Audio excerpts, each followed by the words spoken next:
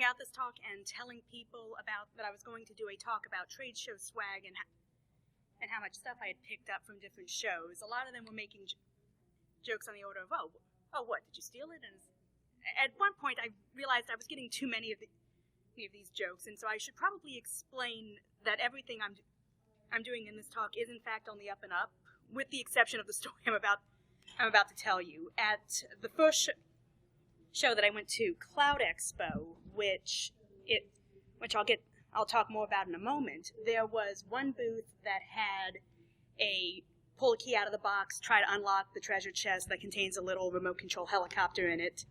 And, I tried it, it didn't work. I was like, I have a set of lockpicks at home. Tomorrow I'll bring them and try it. The second day I'd forgotten them, so I ended up saying the same thing. The third day, I brought the lockpicks, and I did not know how to use them. But as it turned out, towards the end of it, the guy who was actually at the booth was bored, and I was striking up a conversation with this other girl standing by the chest and saying, I don't know what I'm doing, but I know how this works, and started fishing through the container of keys, trying to find the one that would unlock it. And that is about the worst that I've done with any of this stuff. Everything else is strictly being polite and being a good little social engineer. And why is this not showing up?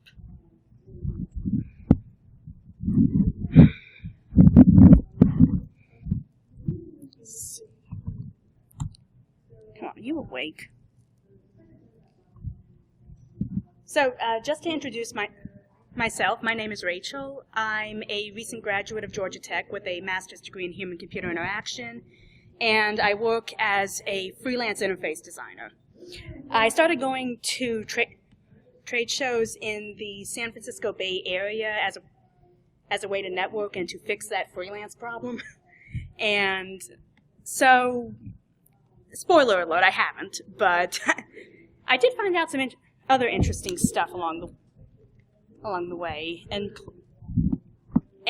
so the first trade show that I went to, Cloud Expo, I had spoken with a friend who was there, who had been there in a previous year and had a promo code that I was also able to use to get into the show as on a free pass at what they called their VIP Gold Pass. And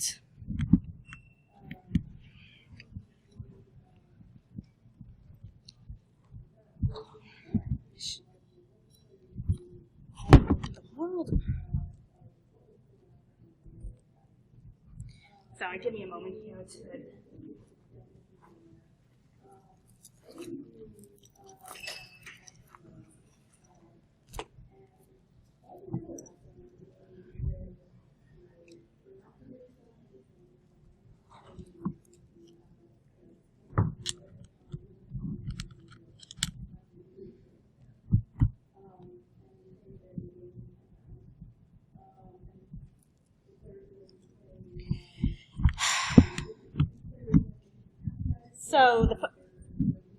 So this was my first conference. I didn't necessarily know what I was doing, other than I had gotten a set of business cards and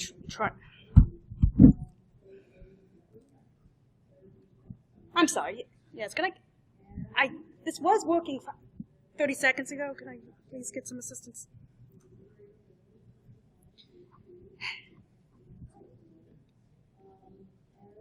Yeah, so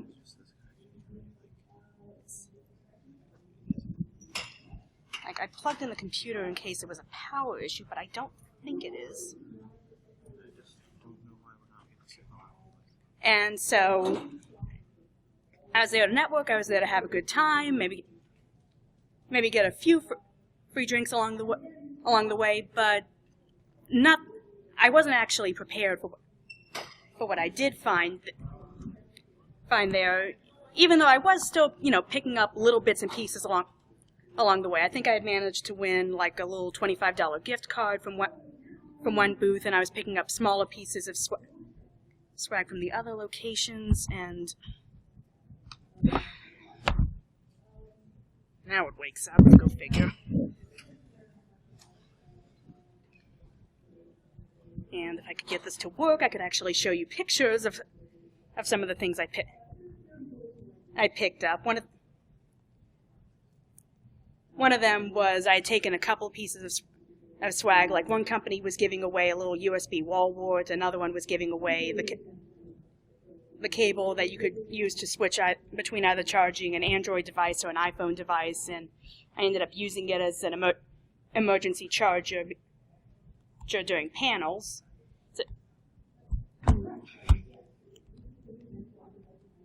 But, I was doing other things too. I was paying attention to Twitter because, the expo floor was nice, but it wasn't open the entire time. Sometimes it closed and they expected you to go to panels, or it would close at the end of the day, and I was still waiting to get picked up by a friend, so I was trying to find certain events and parties after the show, and I was...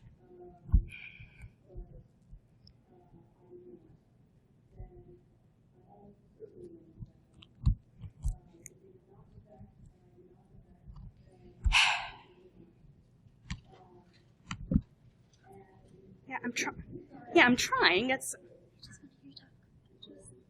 I would like to talk. I would also like my thing to do because I have visuals that I'd like to show. And so I was searching on the hashtag that they were using on Twitter for Cloud Expo, and that's how this happened. Literally, I was following various companies that were at the show, and and one of the companies that I had followed was apparently running a contest that I had no idea about. So apparently, yes.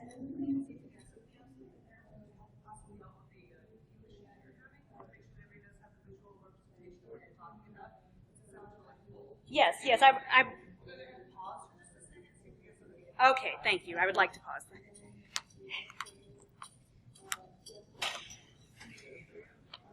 These are some sweet slides you're missing, so it is worth waiting. Speaking of swag, yes.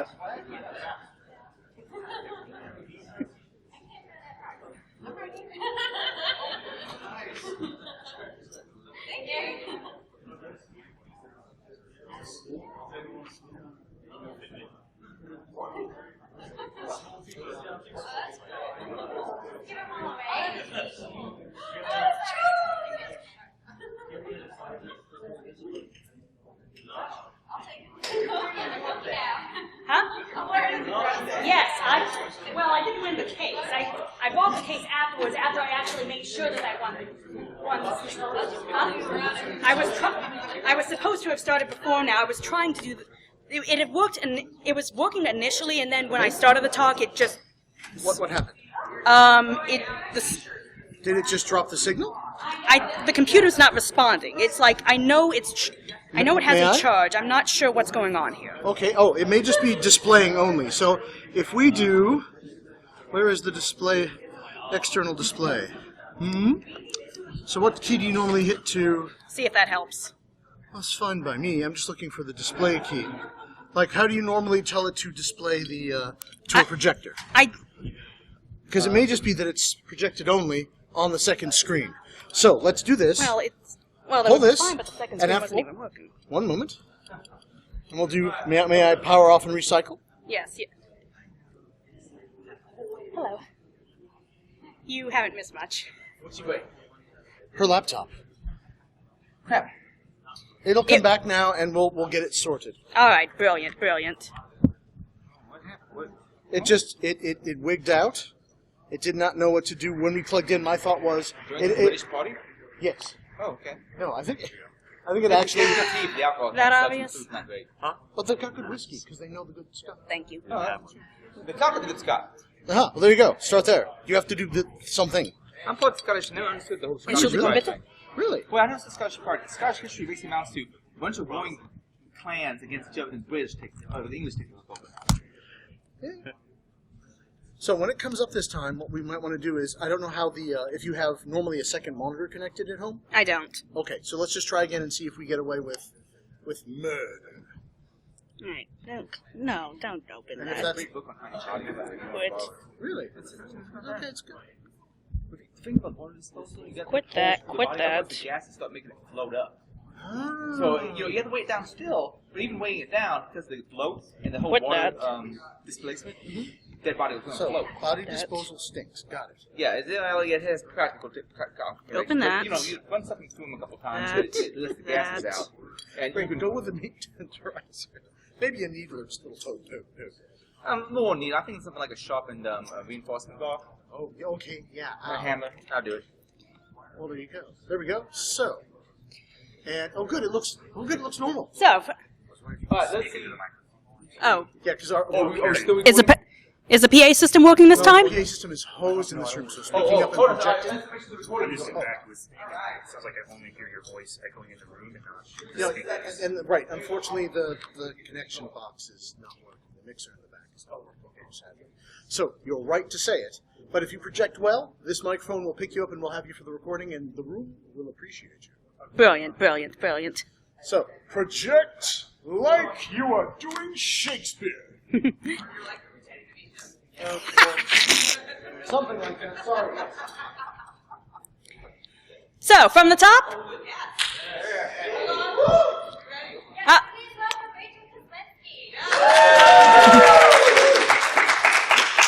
Yes. So just to make it clear that in fact, everything that I'm talking about in this talk is on the up and up, including how I won this iPad mini. Yes. Let me just tell you the story of the one thing that I did that was slightly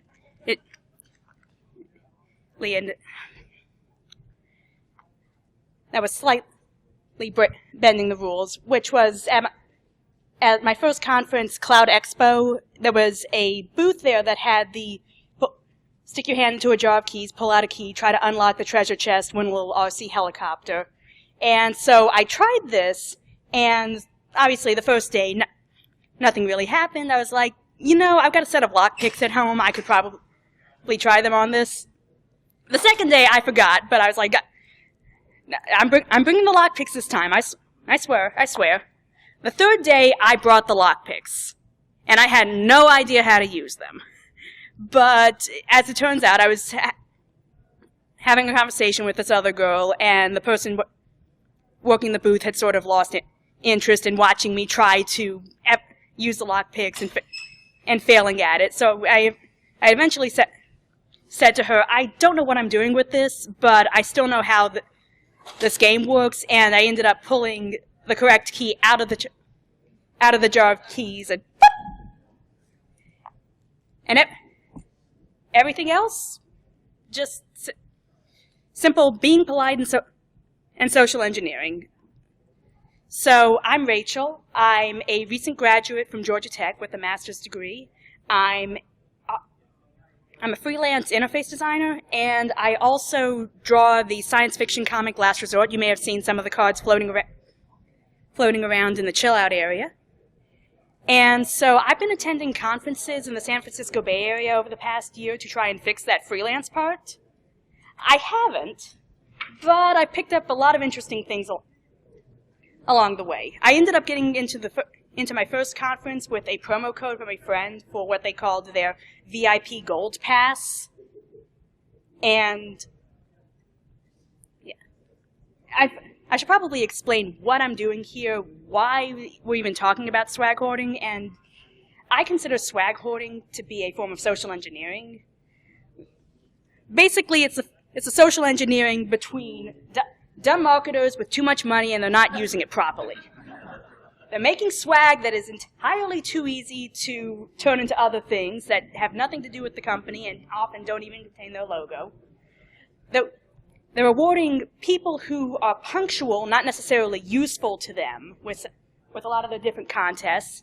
And they're all trying to one-up each other, which just leads to a lot of money wasted in a lot of different ways. And I can't even call it a security leak. It's more like holding out your hand to catch rainwater. You're going to get something. So, as I was talking with my first conference, Cloud Expo, I wasn't really thinking too much about this. I was, actually there to network. So I got a bunch of business cards made. I went to the conference. I was there, listen, learn, meet people, hopefully do something useful. And I ended up spending a lot of time on the expo floor, mostly because every now and then I would look at some of the panels, and I went to a few of the panels, but for the most part, I seem to find the expo floor more interesting, in part because, as I mentioned, I do the comic. I go to comic conventions all the time, so seeing how other companies do marketing is interesting to me. And I picked up a few things, like this was someone's attempt at a temporary tattoo. It didn't work all that well. And this was some of the swag. I ended up getting the USB charger from one company, and this is a cable that can change between the Android and the iPhone ports. So I ended up using that as an emergency charger during the show while I was sitting in on some panels. And after the expo floor closed, I would still be hanging around the area, so I was trying to find some of the different after parties in the conference center and in the nearby hotel, and I was searching on the conference's hashtag on Twitter to try and figure out stuff. So I was poking around, I was following different companies, I was, trying to gather information, mostly to score free booze more than anything else. And this happened. And I didn't even believe that it happened, but it happened. I also ended up winning a hoodie after the show as well, and ended up giving it to my dad because it was literally swam on me like a sleeping bag. And I found it ridiculous. I didn't, like I said, I didn't even believe that I had won the iPad until it actually was mailed and arrived at my doorstep. Hey, you want a free iPad? Talk to us on Twitter. It's like, really? It almost seemed like a phishing attempt. And in the meantime, I still had everyone else's stuff that were from companies that I had no idea what I was doing with, no idea, like, they weren't interested in necessarily hiring me, or at least not immediately. They weren't necessarily companies that I could talk to with the folks that I was currently contracting for, and I just had to figure out something to do with them.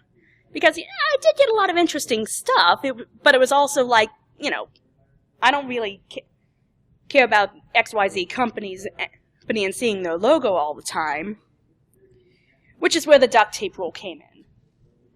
This was a very nice Brookstone clock that had branding on it, and it was like, I like the clock, I don't like this company.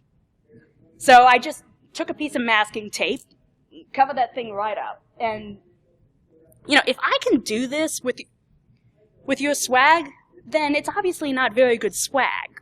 You can honestly imagine just carrying a flat pack of duct tape with you to a show and just being able to instantly cover up stuff on the spot. And you've probably seen this in a lot of different places. You've seen, like the USB charger that I showed you before. I covered that up. The clock, obviously, little booklets, notebooks, books that you might get from certain people that cover those up as well. And as an attendee, this is great. You get free stuff, and you don't even have to look at a company's logo or be reminded every time you use it. But if you're a company, you probably spent a lot of money on that swag. And, that's money you could have spent on something else that would probably be a lot more useful for your bottom line. It might get other people to come to your booth at the show, but it's not doing you that much good. But I chalked this up to I had a good time, I figured out some interesting stuff, I got some nice things for free. And then 3 months later, this happens, and one of the companies that I was talking to at the previous show had put me onto their mailing list, which I probably should have unsubscribed from. I unsubscribed from several, But this one was like, hey, here's a free pass to RSA conference. Would you like it? I said, yes. And this time, I knew what I was doing.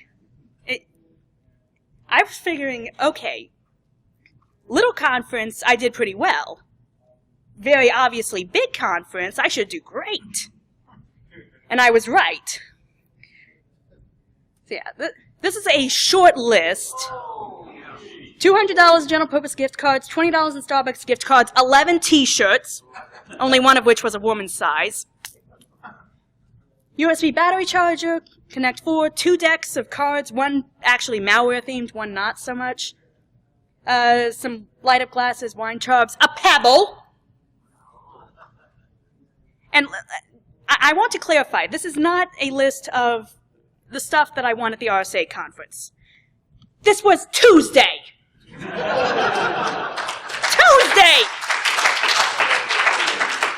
I paid $20 for the train ride up and back, and I came back with all that.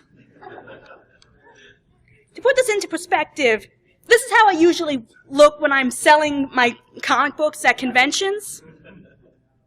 I could bust my butt for a whole weekend, and I probably wouldn't gross as much as I profited at RSA from just wandering around looking interesting. And this was mind-blowing. I don't know how many of these people actually realize what they're sitting on. I mean, granted, other people probably pay a lot to go to these shows. They're paying to learn, they're paying to network, they're paying to do this, that, and the other. And, I was there to learn and do all those things as well. But this was a heck of a day job. And in doing this, I also picked up on this phrase as being super important. Must be present to win. It's a very simple phrase. It's very obvious why they do it. They have the stuff on site because obviously they're showing it off as a prize at the show.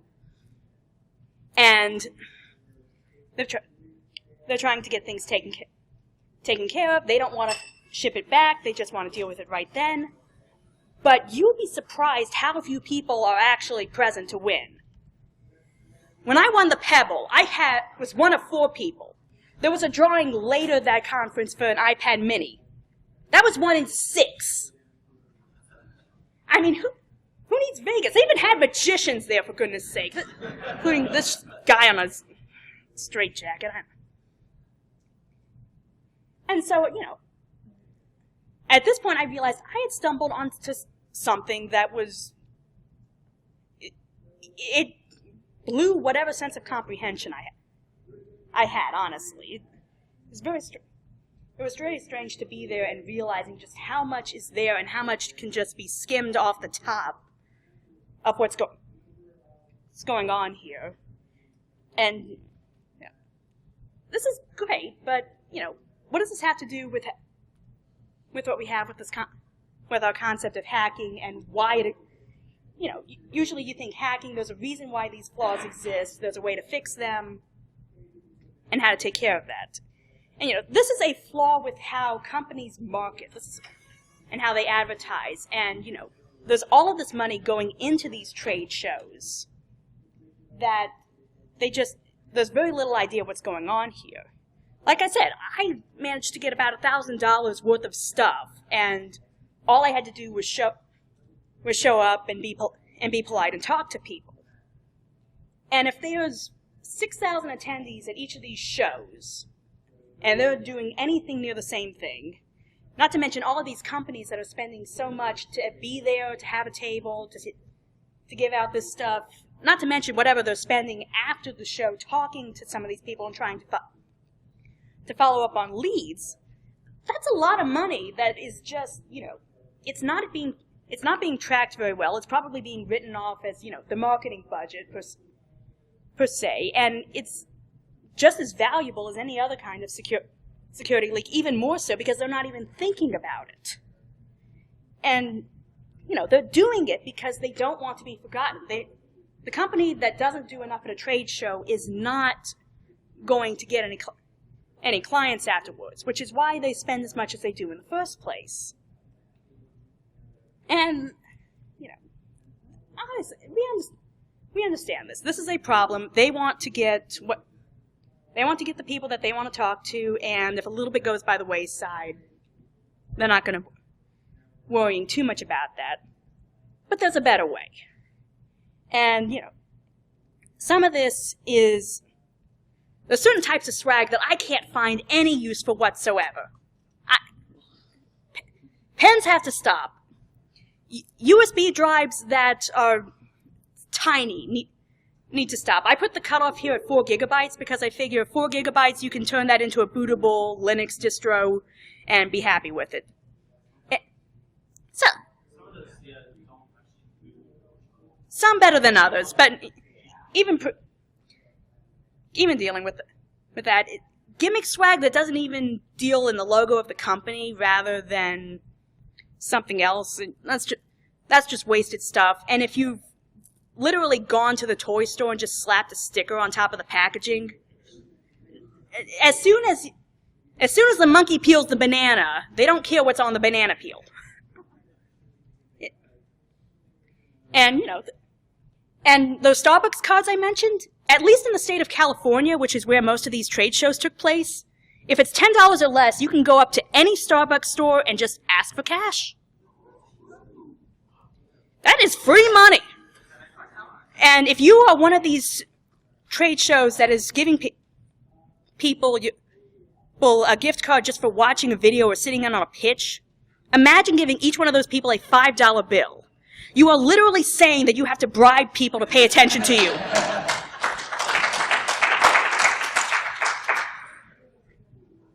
And the good news is, there's swag that we can make that you can't use the duct tape rule on. You're probably familiar with a lot of it because a lot of it is startup type swag.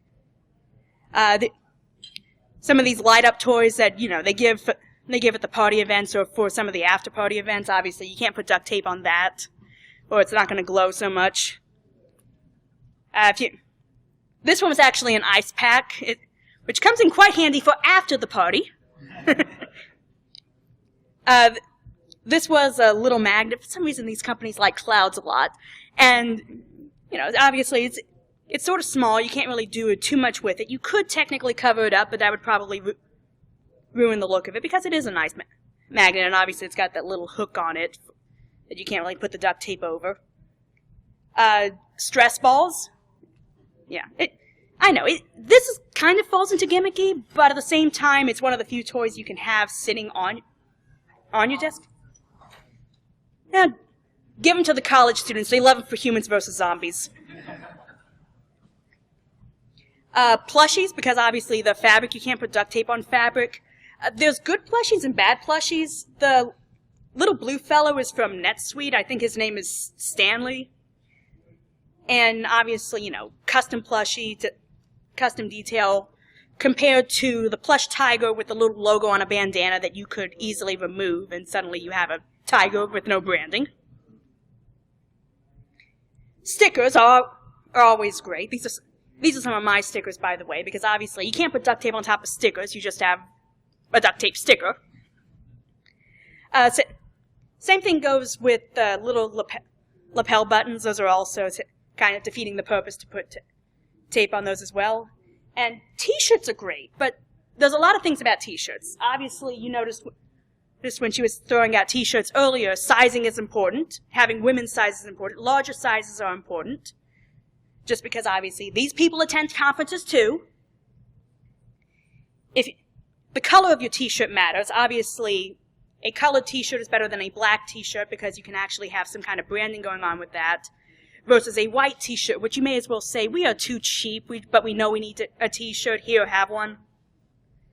And if you actually provide people with a selection of colors and designs, then it gives them a certain sense of ownership over what they take, and they might decide that they don't like any of them. And that's fine, too. At least you've already made that selection process and made it more likely that they will keep the T-shirt. And for God's sake, make it a T-shirt I can wear in public. This was given to me at the RSA conference, and I pointed this out to them. Like, but it's funny! No. You know what's funny? This is what I turned the t-shirt into. More accurately, I turned it into t-shirt yarn, which is very simple, doesn't require any sewing. You're literally taking the t-shirt and cutting in a spiral around the barrel of the t-shirt on your body, and you can use it to make all kinds of things. Like this was made out of t-shirt yarn. This scarf is made out of t-shirt yarn. It doesn't even require any sewing or crocheting or anything else. I'd like that back, by the way, but feel free to take a look at it and marvel at how simple the construction is. I'll be glad to explain how to make those later, but hey, it's comfortable. And I mean, there are even folks like this lady who will take your t-shirt and obliterate the logo if you really like the t-shirt but you just don't like the company. So, a bad t-shirt is how this lady stays in business. And if there's any kind of personalization to the swag, it works out well. This was actually done by a caricature artist at the RSA conference, on the last day of the show. I don't remember this company, but I'm still holding on to it because obviously I'm not going to throw out a nice drawing. You know, it works. Or, here's a concept. Give out a free demo version of your product as a swag. Like, this company, Crash Plan, deals in enterprise backup, but they also have a consumer model, and they're giving out a year's supply of their consumer stuff afterwards. That works quite well. And if you can't come up with a better idea, give them booze.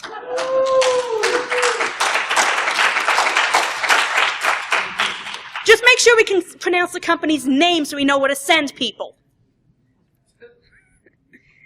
Yes. And, any questions? Or? Yes. Major, I think this is a phenomenal thought, but I want to ask you, it seems like the more crap that you get, I think it all snowballs. Now, do you have any repercussions of, like, getting all this stuff? I mean, have you been getting more spam and all that stuff? I don't know. There was a bit of that. A lot of these companies do tend to assume that, hey, this person came by our booth, that means it's okay to put them on our mailing list and spam them. Which means you tend to play a little bit of unsubscribe tag afterwards. It's an unfortunate side effect. We have to stop, unfortunately. You did great. Great job.